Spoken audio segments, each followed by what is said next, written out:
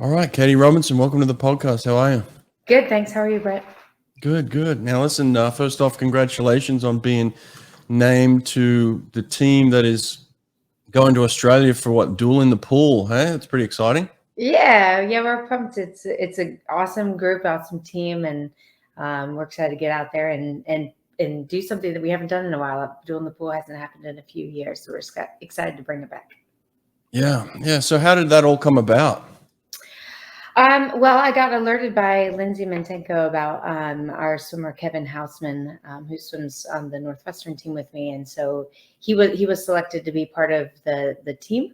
And then a few days later, I got another call from Lindsay that invited me to be part of the team as well.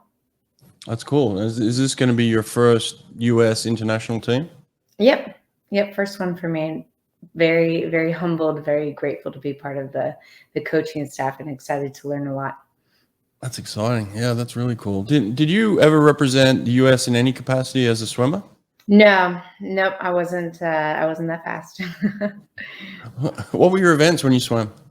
I swam butterfly, mainly 100 and 200 butterfly. Okay, so you probably, 100 and 200. Yeah, you probably. Who was the main women at the time for the U.S.? Who was the heavy players? Yeah, we had Tara and the Kirk sisters. Oh, right. And then Dana, obviously, and then we had who else? Oh, Mary DeSenza was a big. Oh, right. Yeah, that's right. Yeah. Oh, yeah. So, yeah, there's some players around. So it must have been tough. Well, that's pretty cool then to have this honor now come as a coach. And that's a big deal. You know, I remember my first selection for the U.S., my one and only, actually was back in 2011. I went to the World University Games with Team USA, and that was a thrill. You know, it's something different. It's different to kind of be recognized as a coach for your efforts. So it must be a good feeling for sure then. Yeah, it's fun because exactly. When I was a swimmer, that would have been really cool. I worked really hard, but I didn't have that opportunity. So now as a coach, it's pretty neat. How are you finding it in terms of recognition? You know, you've obviously taken over a huge program at Northwestern for both the men's and women's programs. So there's obviously people out there recognizing you for the work that you're doing and rewarding you for that, and getting a huge position. And now to be named on a U.S. staff, is that something that you set out for in terms of like this recognition to be honored as a coach that is doing really good work? It's interesting because I don't know that I ever really pointed out, I want my career to look like this. I want, these accomplishments in my career as a coach. It's interesting because as a coach, you have a little bit less control of that. You're not the one doing the swimming, and so I just want to work as hard as I can and learn as much as I can as a coach, and put in, the attention and then see kind of where it takes me. And I stand on the shoulders of many people before me that have done an awesome job of just creating a path for people. And so I'm just I'm mostly just grateful in my position. And I think, and looking back, I don't know that I ever really find like in detail where I want to go in this career, but just do the best job that I can. So you've never written out goals of like wanting to be head coach of a men's and women's program? That was never a goal? I mean, ultimately, probably in my head in some capacity, but I don't. Right. I think, I definitely wanted to be, working in the autonomous 5 and coaching men and women. It was like something that I thought was like cool and interesting to me, and very curious about it when I was working with just women's only program at Tulane. And so that's kind of what led my career to start working at Northwestern. And here I am. It's been a wild turn of events, I feel like, that has led me here, being in the right place at the right time for sure, and taking advantage of opportunities as best I can. Yeah, you're a bit of a trailblazer because there's not a lot of women that are leading, Power 5 conference men's teams. I think there may be only a couple of you. So it's like opportunities are few and far between. But in terms of when this one came up, I don't know how it came into your realm or your world. I mean, did you see an advertisement for the first time? Did somebody reach out to you? At some point, you must have had to have this thought in your head of like, can I do this? There's not many people doing this, right? Yeah, I think, I mean, I love the idea of like trailblazing, also with the understanding that, again, many women have come before me to set up a path, again, on the shoulders of many before me. And I think it's important to never set a ceiling for yourself, to just keep pushing forward and onward. And when the position opened, it was kind of like, this is a shot for myself that I don't know that I would have. Again, I was kind of in the right place at the right time and had built up my career in a position where I felt pretty confident about being able to take over the men's and women's program. And it's cool that it's cool in some ways that like, I'm just one of a few, but then I also hopefully can help change that and change the narrative of women in coaching. There's plenty of head coaches who are men who coach women's programs, and there's no question about can they handle a women's program. So I would love to change the narrative of course women can coach men. It's swimming. It's not like we have different rules or anything like that between men and women.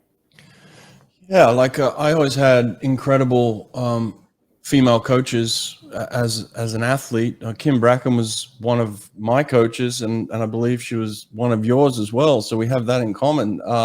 And Kim was very capable, for sure, obviously, with us at Auburn when I swam at Auburn, and then went on to be the head women's coach at Texas. But she could absolutely coach men. So there's, when you're experiencing it, there's no question. Right. But when you're now put in a position where you're heading up a men's team, there are questions, I guess. Like I don't know if they're coming maybe from the men themselves on the team. Like, was their first initial reaction like, can a woman actually coach us? And then maybe the parents, and then maybe the recruits. I mean, I'm sure there's like more people involved who have some type of stereotypical doubt of some sort, right? Is that what you experienced? Yeah, here and there, yes. There's always, I think you don't, there's a lot of like fear of the unknown. And if you're not, if you haven't experienced that, which it's few and far between are the experiences of a female head coach of a combined program at a Power 5 institution. So yeah, of course there's some like unsure, like some nervousness there, but I don't mind that. I don't mind people wondering if I can do it or not. That's kind of been like my MO as an athlete for sure. Growing out of a small town and just wanting and dreaming big and kind of going for it no matter what people say. So yeah. I love that. Honestly, like it excites me to prove people wrong, and just always been kind of I don't know, that's kind of like been part of my motivation is when people think I can't do it. Yeah. There's definitely an energy difference I noticed when I was at the women's meet to the men's meet, right? Like there's certainly a different energy. Did you get the same sense as well? Like in terms of your coaching style has to shift a little bit, like when it's just women or when it's just men. I did feel like I had to shift in terms of the way that I was kind of going about my coaching and the energy that I was giving off and things like that, right? So do you feel the same things? Oh yeah, I do. I think as a group, you do have to approach and talk differently in front of a women's group versus in front of a men's group. They're looking for different things from leadership positions, and that's where I think honestly, this past year I've learned a lot in that. The COVID year, I felt like it was interesting because I felt like I handled that pretty well. And then this past year, when I would address the whole team together, sometimes I would, if I tended towards more like what the message the women's team needed to hear, the men's team would miss out a little bit. And if I trended towards what the men's team needed to hear, the women's team kind of felt left out in a way. So it is a little tricky, but kind of figuring that out and navigating that, having really amazing staff members who are able to have your back through that, and kind of be a voice sometimes for myself has been really great. And then finding good team leaders too, like the captains we rely heavily on. And this past summer, we've spent a lot of time getting the captains just on board and doing different, we read a book together and we're going over the different chapters. So I think getting a lot of buy-in and getting a lot of support around yourself is for me at least, that's key. I'm a collaborative kind of leader anyway. Yeah, that's interesting. I have a very, very similar experience myself in terms of the things that you say and then how you deliver those. And then when they're combined, who's getting the right message and who's missing it, and then trying to figure out, how can I split them? And then you split them, and then it becomes well, you like them more than us. And it's it becomes really difficult, and it's a challenge. I don't think it's easy for a man to lead women. I don't think it's easy for a woman to lead men. In that sense, it's difficult, both sides. I mean, they both present different challenges, but at the same time, I think it's just a big job too, right? How many women, how many men do you actually have on the team? So combined, it would be about 60 people, would it? Yeah, just about. This past year is about 62, and right. And I've got 5 full-time staff members plus 2 volunteers plus 1 GA, and then all the other pieces of the puzzle with our weights coach, our equipment manager, our compliance, fundraising, all of that. So it's a big job regarding scholarship plus operating budget. You're in charge of almost $3 million, overall, from a program standpoint. So it's a big job, for sure. But that's, again, I rely heavily on my staff. They're awesome. And it just helps everything when everybody's in it, rowing the boat together, as I like to say.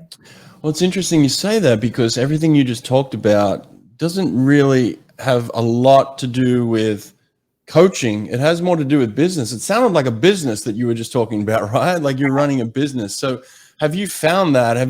Was there anything that you've done in your background at all, in college or anything? Because I know when I walked into this, I was like, oh yeah, I'm the head coach. Great. But I knew nothing about business. And all of a sudden I'm running a business, and you better know something about it. So did you feel that too? Yeah, I think, it's a different skill set to be a head coach versus being an assistant coach. And honestly, actually, I was listening to your podcast when you interviewed with Margot, and I thought what she said was actually quite fascinating.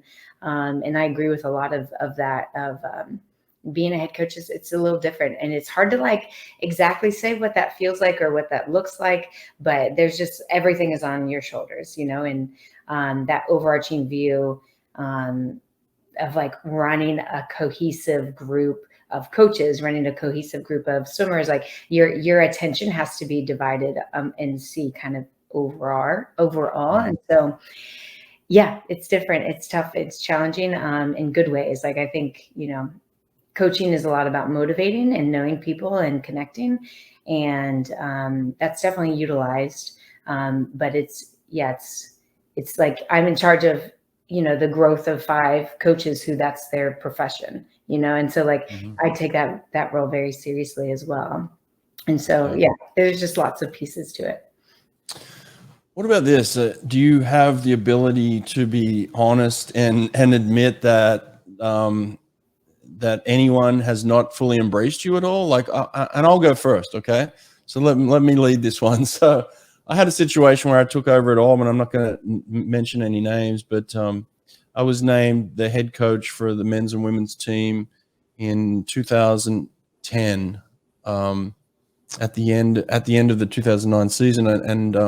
And one of the girls on the team at the time, who was one of the best swimmers, came to me and said, listen, I respect that you've been named head coach, but that's my head coach that I've swum for 3 years. And so next year, I'm not going to be listening to anything that you say. Don't try and coach me. I'm going to listen to my previous coach, and they're the ones that are going to get me through my senior year. So I just wanted to be upfront with you now. That's the way it's going to go. And I was just stunned. I was like, wow, but she just put it out there, and ultimately that's the way it went. And And looking back, I was like, should I have accepted that? I probably should have said like, drawn a line in the sand, but I didn't at the time. And maybe that was part of my inexperience. And I think ultimately it ended up hurting more than it was good. You know what I mean? So have you had any experience like that at all? I mean, yeah. I think every coach everywhere has some people who aren't like bought in, whatever title, whatever you want to call it. And I think, it's not, that's where I talk about like the team leaders on, and the importance that they have, and that they've, got your back or whatever, however, again, you want to say it. But I think, and that's important to me. Because you're gonna have such a variety of people on your team. You're gonna have people who are bought in no matter what. They're just like they're your warriors. They go get them. You're gonna have people in the middle where you're gonna have to work with them on the day in, day out, like to pull them into that like upper category of like people who are just bought in naturally. And then you have the people who are honestly like no matter what you do and say, they just might not, and that's not about you really. It's more about them and their experience and what they're bringing into that relationship already. And so just understanding that and working with it when you can, and laying out, exactly, the boundaries, like the healthy boundaries. This is what I can accept. If you're outside of that, we can't accept that. You need to be on this team. You have to work in this framework, and being pretty clear about that. I think, I even as myself, like I'm learning a lot about that and where those boundaries are and where they are and when they can be moved and when they need to be pretty firm. And so it's just, it's like a little bit of a learning curve too, of learning that. And I think with each team, it's a little bit different, right? Each year you graduate some and you pull in more and the dynamic changes. And, but leading and, being firm with those boundaries is helpful, I think. We individualize training in the pool, so why not individualize your nutrition? Erica Beine of Beine Wellness Building will help you and your swimmers get exactly what each athlete needs through genetic testing and personalized nutrition plans. So stop guessing what you should and shouldn't be putting into your body. Athletes within a few weeks have noticed they're recovering faster because they're fueling their body with what they need and staying away from what their body hates. Erica understands swimming. She gets it. She's worked with over 20 Olympians, including the fastest man in the world, Caleb Dressel. Group discounts are available, so go to Beine Wellness Building and get in touch with Erica today. That's Beine, Beine, wellnessbuilding.net. Swim Angelfish. Swim Angelfish is an online certification program that strengthens your teaching curriculum to serve swimmers of all abilities. Swim Angelfish will prepare you and your instructors with the skills to teach swimmers with autism, physical disabilities, anxiety, sensory and motor conditions, and more. Learn to teach skills faster and with more comfort with Swim Angelfish. Apply for an Only Alpha Pool Product Scholarship and receive up to 50% off your certification. Go to swimangelfish.com today to apply. It's changed and coaching's evolved, and we're seeing some of that play out, in certain places. And I'm sure you've kind of got some of this as well, where, I think in the past you used to just be able to make a decision and that was the decision. Whereas now there's more like you need documentation, you need to kind of record every time that you make a pretty big decision like that, especially somebody who's not going to buy in. You got to have a reason to kind of cut them. You got to have a reason to ask them to leave.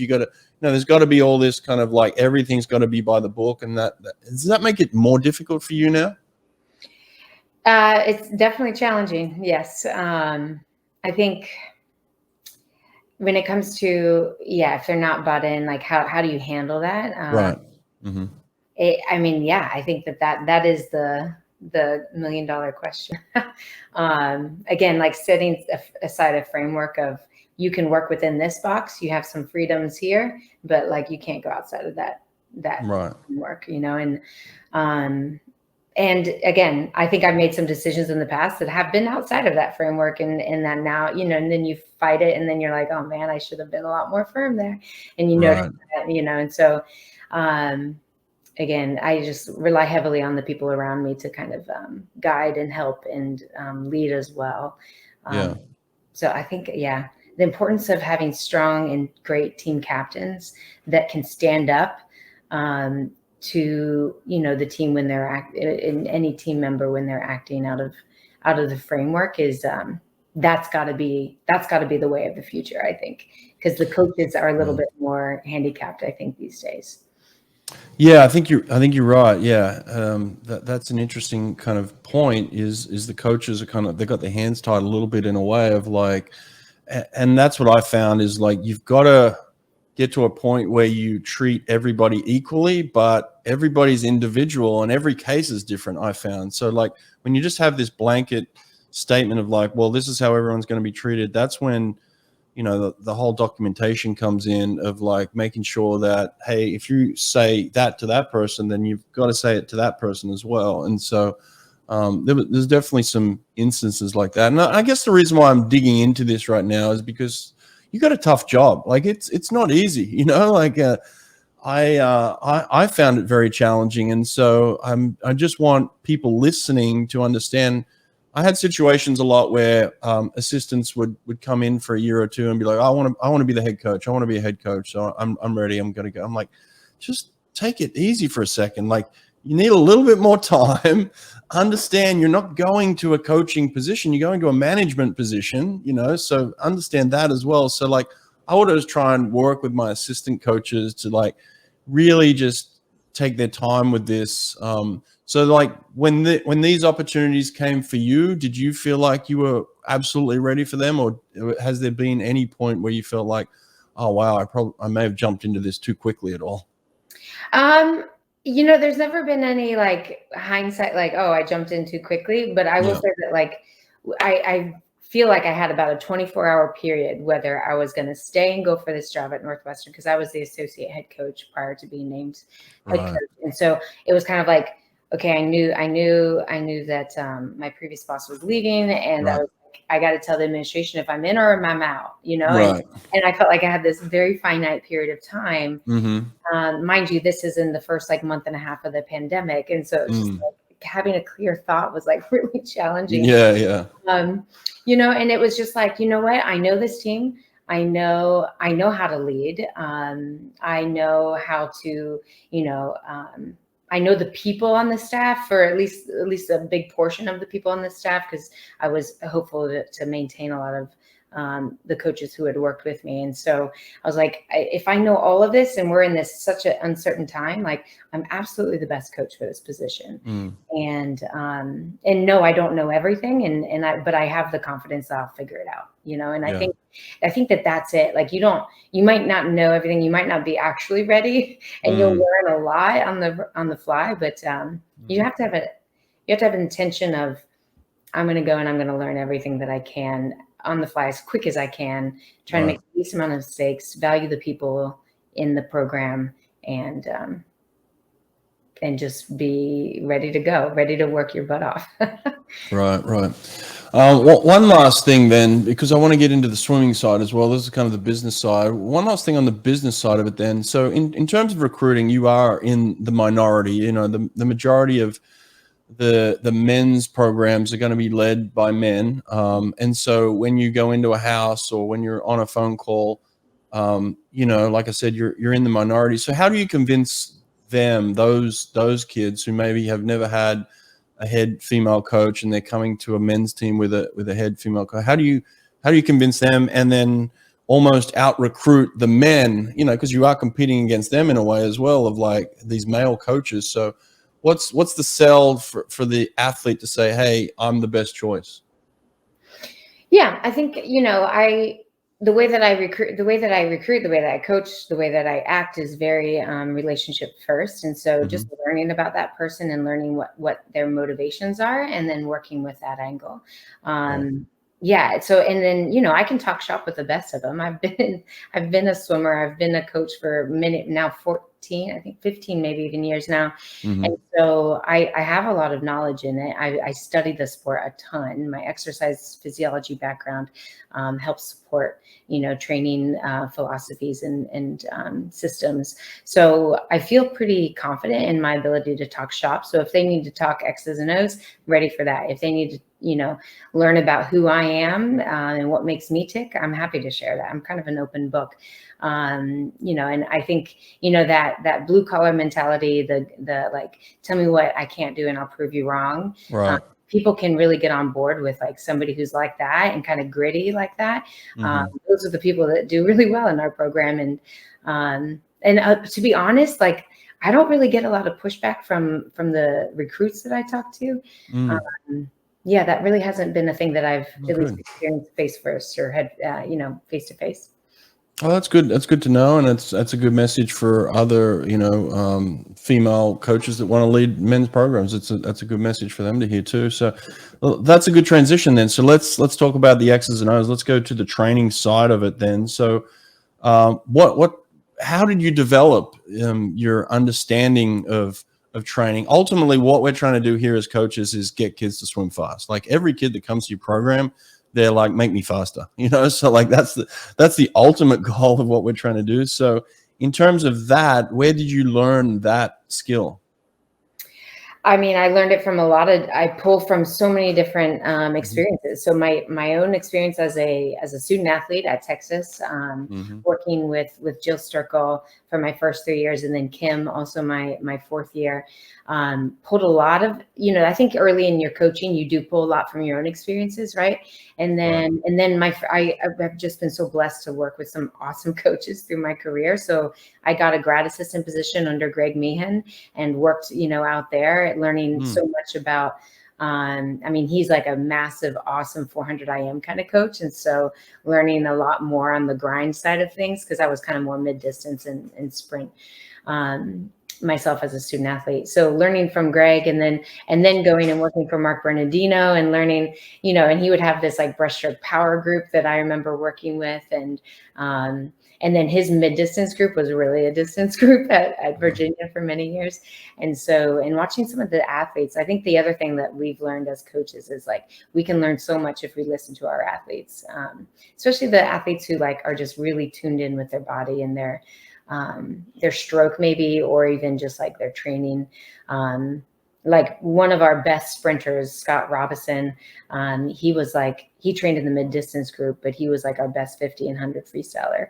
And just different, like knowing that just because you swim an event doesn't mean that you need to train that way. Learning kind of, the different energy systems that to train and kind of learning about the individual physiology of the swimmer and how that can kind of help dictate the training program.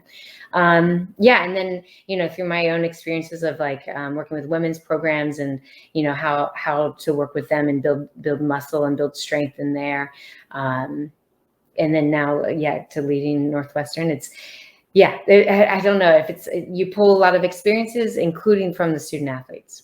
Yeah, it's a big jigsaw puzzle in the end, isn't it? Like you're trying to put all these pieces together. So like you have your men and women who have some slight differences. They're not exact. And then you have ages, from 18 to 22, let's say. And then you have all your distances. Yeah. And then you have people that are trying to peak at different times, maybe for the conference or the NCAA. So it's like, it's a constant movement of like figuring out, and then you just have individuals, right? Like you have 60 of them, you just said. So 62, I think you said. So it's like all these individual people have different ways of responding to types of workouts. So like as the head coach, sometimes it's just like you need assistants that are really plugged in. Yeah. So how do you manage that side of it in terms of figuring out this jigsaw puzzle with your assistant coaches? On a daily basis, how do you figure this out? Yeah, I think we spend a lot of time going over our training plan. And so this past season, we thought about like, having an overarching plan and then plugging in the, having different, like, okay, on these days, we have these different options of groups. On these days, we have these different options of groups, throughout the week. And then you map out, okay, so for Susie, she's going to go here, then here, then here, that, like different groups, and kind of map out the weekly flow. And then from 1 week, you have your macro cycle. So we usually do like a 4-week macro cycle. So we build for 3 weeks, and then we have a little bit less, drop the volume out on the 4th week and let them like go fast a little bit. So yeah, it depends on, Yeah, it's a lot of like communication with the coaches, because if Mhm. somebody's moving groups, you need to make sure that, the set that they're doing in the energy system they're utilizing on Thursday afternoon isn't exactly what they just did on Wednesday afternoon, and different things like that. But I think, we're always tweaking our training plan. We're always tweaking our groups. I think right now, this coming season, we're looking to have more structured groups where that student athlete stays with that coach, and that coach takes the care of these student athletes. We're a little bit on the smaller side, honestly, of a team. We're not like a big state program that can just take anybody. It's very expensive to come to Northwestern, and so we that'll all just naturally keep the numbers a little bit more small. So we've got about like maybe a group of 8 to 9 swimmers that one coach kind of oversees the development of. And when you have that good ratio, you can really know all of the athletes and what they need. And so I empower my coaches to like know those kids, know what makes them tick, what kind of sets they like, shop with them a lot.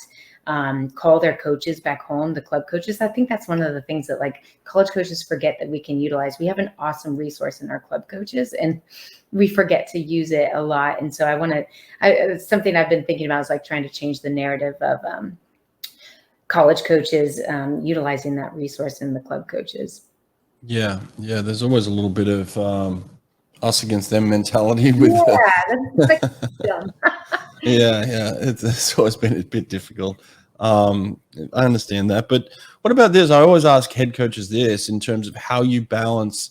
I mean, when you recruit and when you talk to the team, they're listening to the head coach, and they're responding to the head coach, and they want to come swim for the head coach. Ultimately, a lot of them have chosen to come swim for you, right? So like, you can't be 62 people's coach, and you just said that you break them up into groups. So how do you go about connecting with every single person on the team?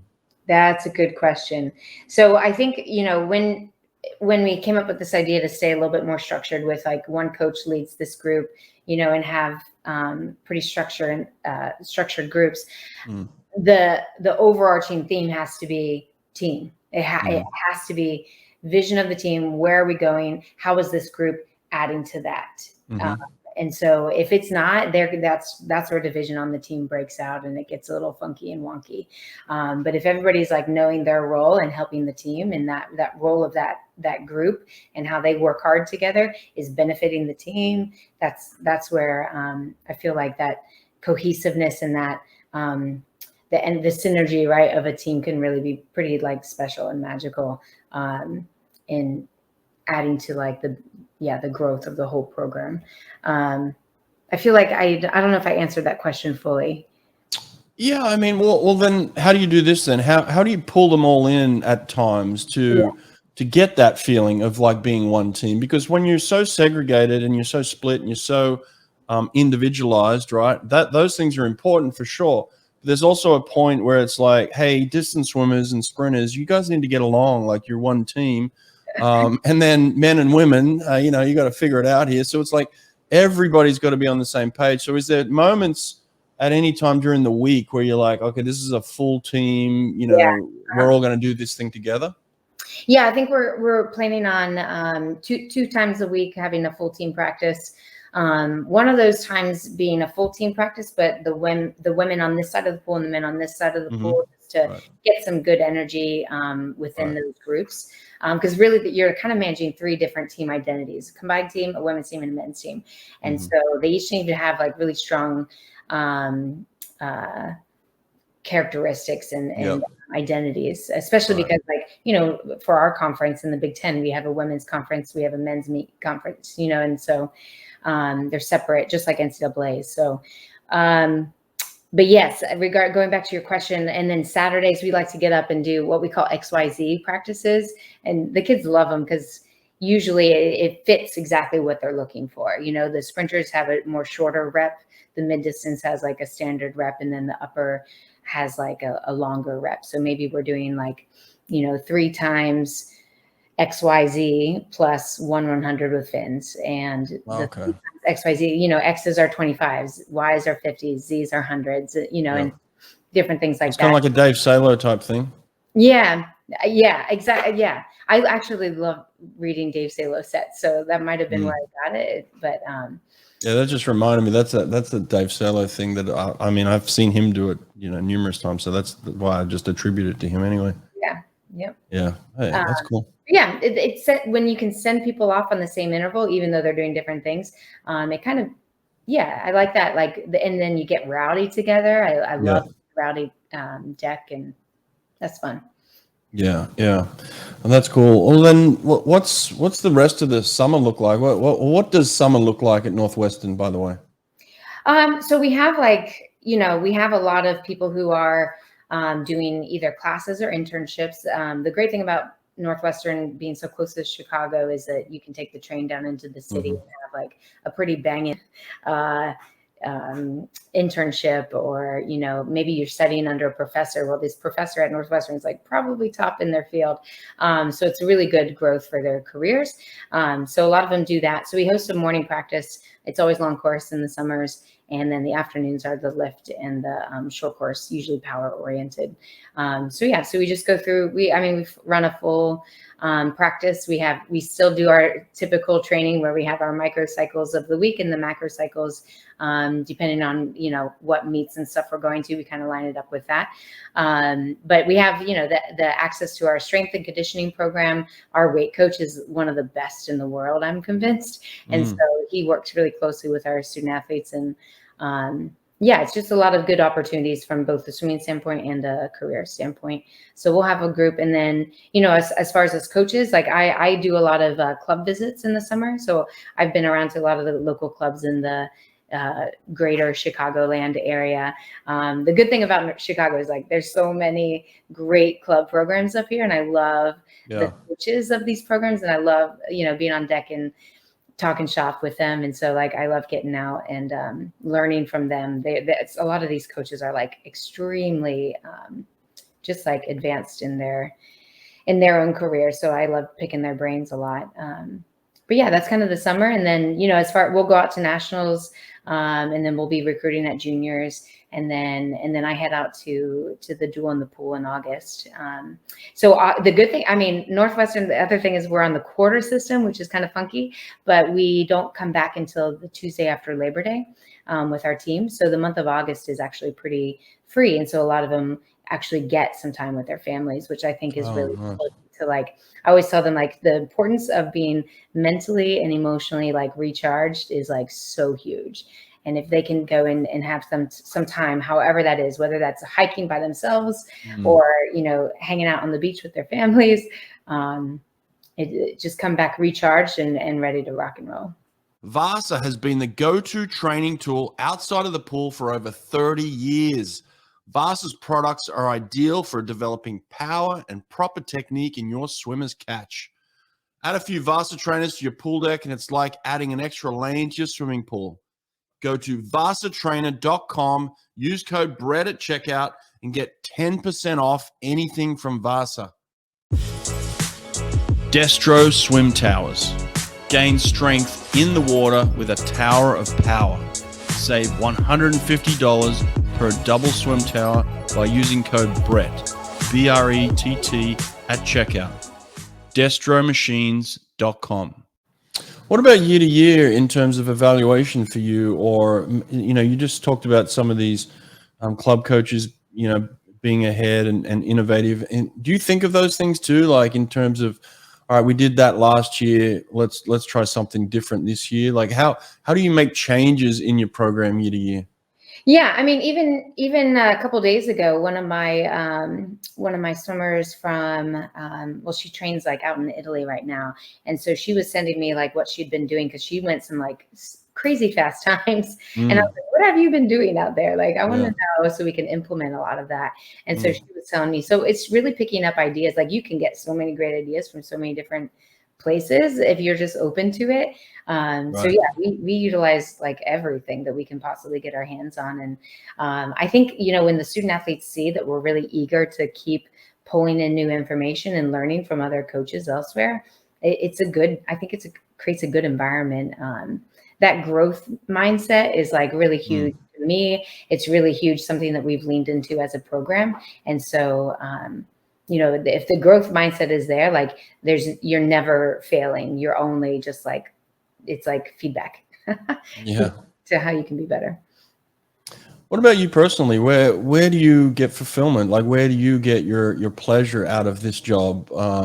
In terms of like, maybe just putting your head on the pillow at night and feeling like you had a successful day, or maybe looking back on a season and feeling like it was successful. What's that for you? Yeah, in a lot of different ways. I love, like I said, I take my role as a mentor and a leader of coaches as well. Just important. And so when I feel that they've grown in a way that I'm like so proud of them, because they've like, they helped us so fast. Like I feel, and so I know I'm not maybe directly involved, but I feel really like I was part of that. Like I helped that. So I think, being proud of the coaches is one layer, being proud of the student athletes, of course, when they achieve something that they maybe didn't think that they could, like, that's like, oh my gosh, that's the best. Seeing their reaction. We had some awesome ones this past season where people were like, I love that. Like all coaches do, but, and then there's the other pieces where, there's the stories that aren't told in swimming, because maybe it's not your best swimmer, but they are like, they're working their tail off and they're pushing through a lot of hard things. Maybe they went through like, some personal struggle. And this year they show up in like they're like a 180 of a person and like a go-getter and really helping lead, maybe their class or something like that. That's stuff that's really enriching in my life. Yeah, it's fun to see kids grow, especially this age group. I love college ages. They're hard and challenging, but they're like so fun to like work with. Yeah, I loved looking back on somebody's growth over 4 years and being like, oh man, like remember you like freshman year and look at you now, and like that kind of thing. It was super cool. There's definitely so much growth in them. Sometimes it was like, God, I wish we could jump ahead 2 years and we could, get this growth now. Yeah. We meet with the seniors right after graduation, and we just had a ball this past year, like reliving some of the fun. Because this past year was my, 4th year at Northwestern. So we'd seen all their 4 years, and we could have stayed up all night at that restaurant, like just rehashing a bunch of stuff. It was fun. Yeah. There is a part where you have to have discipline, right? Like there's got to be discipline. And sometimes you've got to discipline people within your team. How do you handle that part of it? How do you manage that? Yeah, that's honestly, that's something that like I've had to lean into, that is not that natural to me. Right. And so I think, again, it kind of having some good, healthy boundaries and being able to be like, your actions are outside of this. Like we can't accept that. And then having a conversation about it. Do you understand why? And asking that. And, I think one of the phrases that I love is get curious, not furious. And so, you can be disciplinarian without being like emotionally furious in the moment, because I think that that's an unhealthy behavior. If you can calmly state like, you're working outside of the box, you got to get back in the box over the team. And how can I help you as a coach? How can I help you have your behaviors match what we're looking for? I think these are the ways that like, that's how I handle, discipline. I think, plenty of people could look at it and be like, that's not strong enough, but it's authentic to me.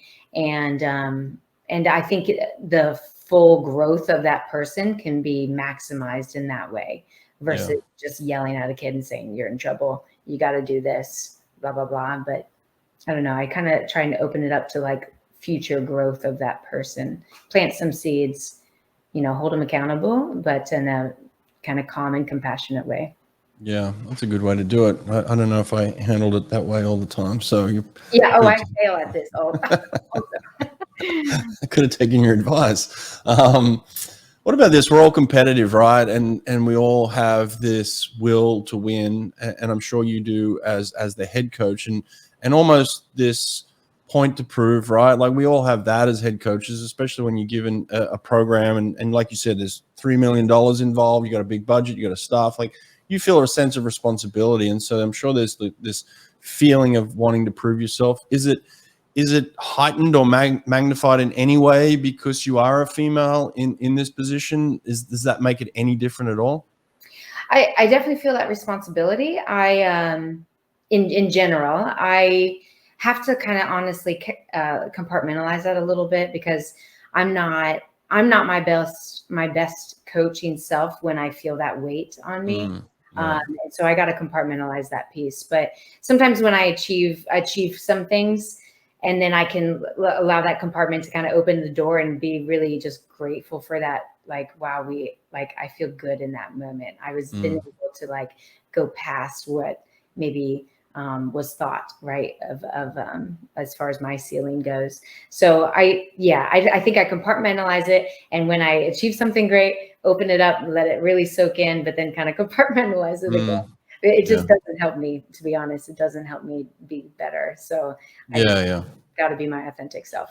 Yeah, no, I never thought it really helped me in that sense either. But there's certainly sometimes where you could take an individual comment or something and like, all right, I'm going to prove that person wrong about that. But the overwhelming feeling of like trying to prove everybody wrong is just too much. Like, you can't do that. But what's something else? Occasionally when I'm doing these, I have a great thought while you're talking, and then as soon as I start talking myself, the thought disappears. I hate that. No, I did have a really good question just kind of sitting there while I was listening to you. But in terms of this, then the feeling yourself of just vulnerability, right? Like, this is kind of where I was going. So the vulnerability itself, like, you're the head coach and you have to put on this, like, I'm the leader of all these people and I can't show any weaknesses. I can't even show them I'm having a bad day, or maybe something's going on at home that I can't bring to the office and things like that. You don't want to bring all that to the pool deck. But like, is there a point where you're allowed to be vulnerable to your team as well? I'm a huge Brene Brown fan. So I don't know if you've heard that. Yeah. She talks about how vulnerability is like the cornerstone of connection. Right. And you can't have like a deep connection unless you are vulnerable in some capacity. Now, what's appropriate and what's not appropriate from a coach to a swimmer, you got to manage that as well. Yeah. I'm probably, honestly, like, I probably lean more towards the professional side of things than not. And so sometimes that's hard for kids to be able to build a relationship with me. And I got to work on that as a coach. But I think, I honestly, that has been like the most like very like incredibly powerful moments are when I am vulnerable in front of the team. And it's like scary and it doesn't feel good. And usually after the meeting, I need to go and be by myself for like a little bit and like freak out a little bit, but then like calm myself down. But I'll say, with every coaching position at the end of the season, there's some kind of like survey, right, with the student athletes where it's anonymous, usually, at least here at Northwestern. And student athletes can say whatever they want, right? There's no accountability because it's all just anonymous, but we hope that it's like for the benefit of the betterment of the program, right? So and then my supervisors go over the results with me and talk about a humbling moment. Some of those comments, you're like, whoa, oh my God, that hurts. It hurts because you feel the pain in what they're saying. And I was part of that somehow. And I don't recognize that. It wasn't my intention, of course, but that's the perception. So that's really hard to hear. But then that was the powerful moment, was when I got a chance to address the team and be like, I've heard what you say in these things. And I heard what you said in this. And I think we're missing each other. I think we're misunderstanding each other. And I want to do a better job. And I want you to tell me how I can do a better job. And here are the things that I've listened to and I'm going to make an immediate impact on by blah, blah, blah, blah, blah, Right. So in those moments, those are kind of scary. They don't feel great as a coach, but you got to do it. You got to lean into it because they need to know that you're listening.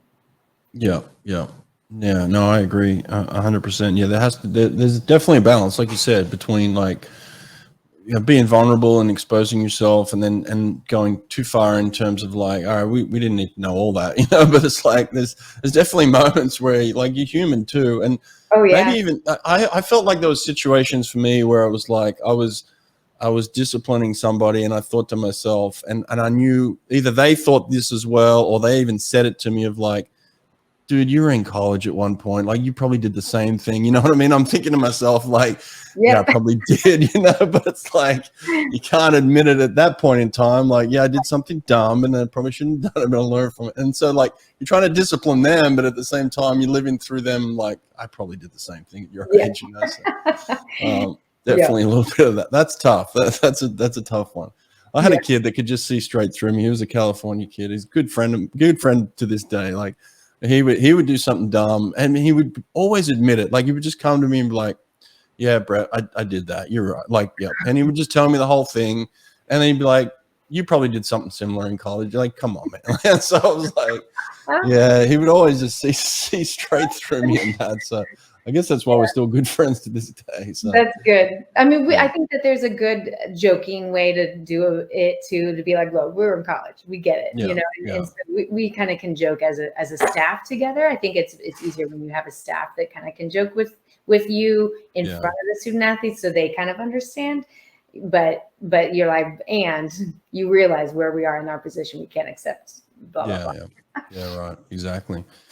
Just going back to the coaching real quick. I mean, there's obviously challenges for you to get these 18 to 22-year-olds to do things in the pool that they may even think are beyond themselves. So, like, what about that aspect of coaching? How do you get that? How do you get kids to push boundaries these days?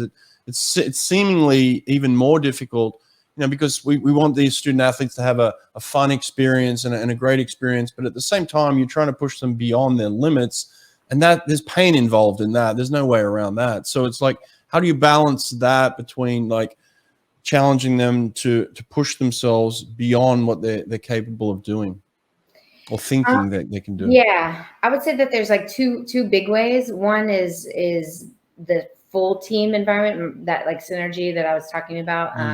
If they're doing it for more than just themselves, I think that emotional well that they can pull from is just way more deep if it's a really cohesive group, and they're doing something together that's like, outside of the realm of like what others outside of the program think they can do, right? So I think that's one way. And another way is just that connection. If they fully believe that extra pain that they're going to go through is going to help them get better and achieve some amazing goals and results, I get the sense that a lot of kids kind of go there. They're okay with that. But they really need to believe. So you got to explain the why. You got to explain like how exactly that will benefit them, the team, and all that. And then yeah, there's a lot more explaining to kids these days, isn't there? That they have to understand the why. Yeah, so much. That's one of the things that this past year I was like, I didn't communicate enough, I guess, because like we can do a better job there. Yeah, it used to just be shut up and do it. That doesn't fly. Operates that way anymore. Nobody operates. No. There's no shut up and do it anymore. It's like, Coach, you're going to tell me why I'm doing this, and you better have a damn good reason. Yeah. And I'm going to ask questions. Yeah. And then at some point I get to at some time during the set, I just get to say, all right, shut up and do it now. I've explained it. I'm taking your brain, you can have it back. Yeah, exactly. All right. Well, this has been cool. It's been interesting getting to know you, and you seem like you're doing a fantastic job. So certainly keep it up. In terms of this trip to Australia, what's honestly like, what's this team like? I mean, you've had a chance to scan through it. I don't know what type of team Australia is putting up. It's always a pretty cool battle between the two, but it seems like it does seem like some of the superstars per se on both sides have kind of pulled off this trip. Is that perception correct? Am I getting that right? Yes and no. Like you got a range. So you have some people who are like really veterans of international competition at a high level, and then some that are maybe this is their first opportunity or second opportunity, like kind of new into it. And so I don't know. I think that there's some like awesome, exciting things. Like we've had Olympic teams before in the past that are like, oh, everybody's like, oh, they're really young, and then they like blow everybody's mind. So I'm excited about the opportunity that people have to like step up and.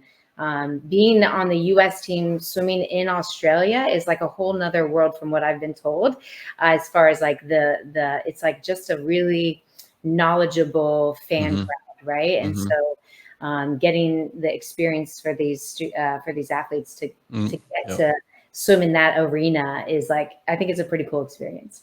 Yeah. What do you see your role then when you're on a team like this? Is it a 1-day event or is it 2 days? What is it? 2-day.